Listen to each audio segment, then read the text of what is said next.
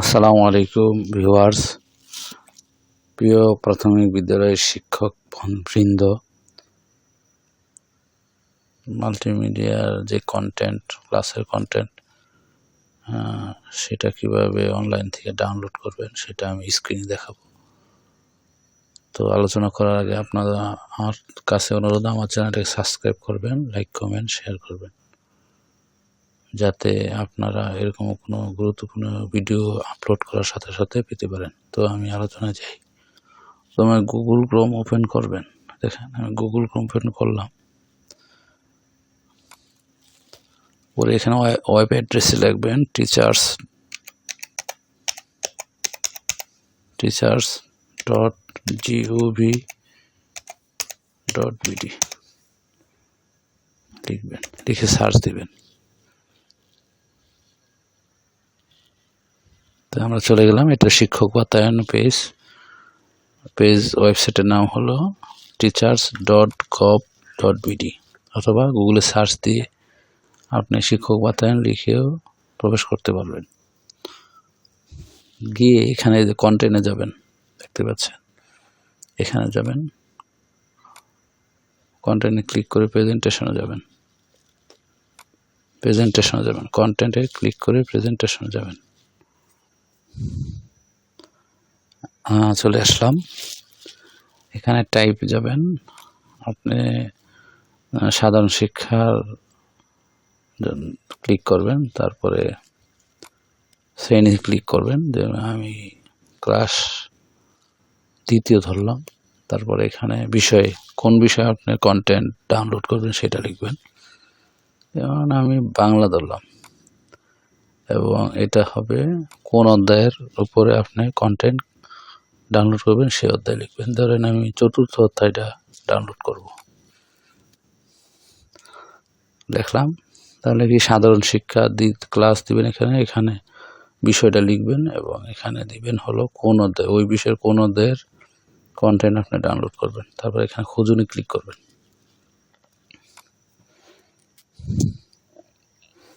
খুঁজুনি click করার পরে এই 2য় শ্রেণীর বাংলা বইয়ের 4র্থ অধ্যায়ের শিক্ষকবিদরা যে কন্টেন্ট করেছে সেগুলি এখানে আপলোড করেছে সারা দেশব্যাপী, এগুলি চলে এসেছে।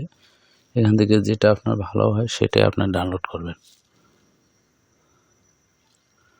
যেমন আমার এই কন্টেন্টটা ডাউনলোড করতে চাই, তাহলে এটাকে ক্লিক করবেন, ডাবল ক্লিক করবেন, মাউসের লেফট বাটন ডাবল ক্লিক করবেন। ক্লিক করার পরে এখানে নিচে যাবেন, এখানে ডাউনলোড নামে একটা অপশন দেখতে পাচ্ছেন, এই যে ডাউনলোডে ক্লিক করবেন। আপনার কন্টেন্ট এই যে ডাউনলোড হতে থাকবে, দেখতে পাচ্ছেন। এটা আপনার পিসিতে ডাউনলোডের যে অপশন সেখানে চলে যাবে। আমরা যাই দেখি, মাই কম্পিউটার গেলাম, তারপর ডাউনলোডে গেলাম। এই যে আমার এই কন্টেন্টটি ডাউনলোড হয়েছে, এটা আমি ওপেন করি, এবং এটা কিভাবে এডিট করবেন সেটা আমি দেখাবো। আপনার নামটা বসাই দিবেন, আপনার নাম, পদবি, ছবি, এটা আমি একটু বড় করে নিই। তারপর এডিট এনাবলে ক্লিক করবেন। এনাবল দেখছে, এনাবল এডিটিং, এটা ক্লিক করে এডিট করতে হবে আপনার। এটা ক্লিক না করলে আপনার এডিট করতে পারবেন না। এখন আমি একটু নিচে যাই, দেখেন এখানে নাম লেখা আছে, শিক্ষকের নাম। এখানে আপনার নাম দিবেন।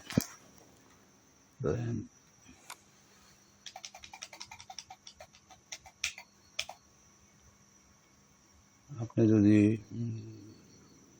এখানে নাম লিখবেন, যদি আপনি অভ্র ক্লিক করেন, অভ্রতে লেখেন, অভ্রতে লিখতে পারবেন। যদি আপনি বিজয় সফটওয়্যার দিয়ে লিখেন, তাহলে কন্ট্রোল অল্টার ভি ক্লিক করবেন, তারপর আপনার নাম লিখবেন।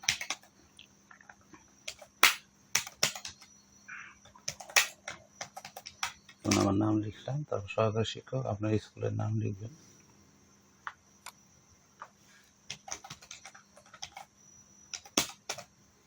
তারপর এখানে ঠিক ঠিকানা দেবেন।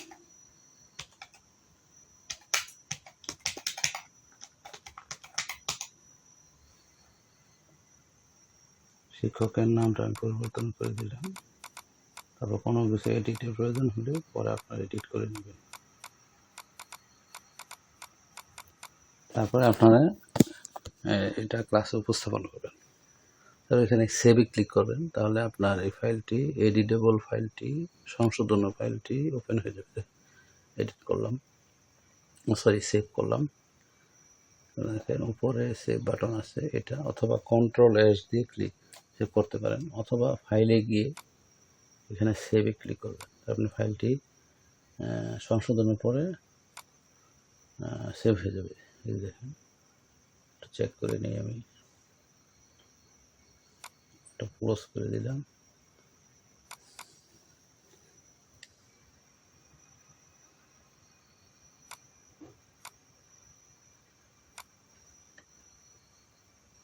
দেখি আমি যেটা এডিট করেছি, দেখেন আমি এডিট করেছি, সেটা নাম চলে আসলো। তারপর আপনি এই কন্টেন্টের উপরে বিভিন্ন তথ্য ইনক্লুড করতে পারেন, বাড়াতে পারেন, সংযোজন করতে পারবেন, বিয়োজন করতে পারবেন, তারপর ক্লাসে উপস্থাপন করতে পারবেন। তো এই পর্যন্তই। এভাবেই আপনি কন্টেন্ট ডাউনলোড করবেন।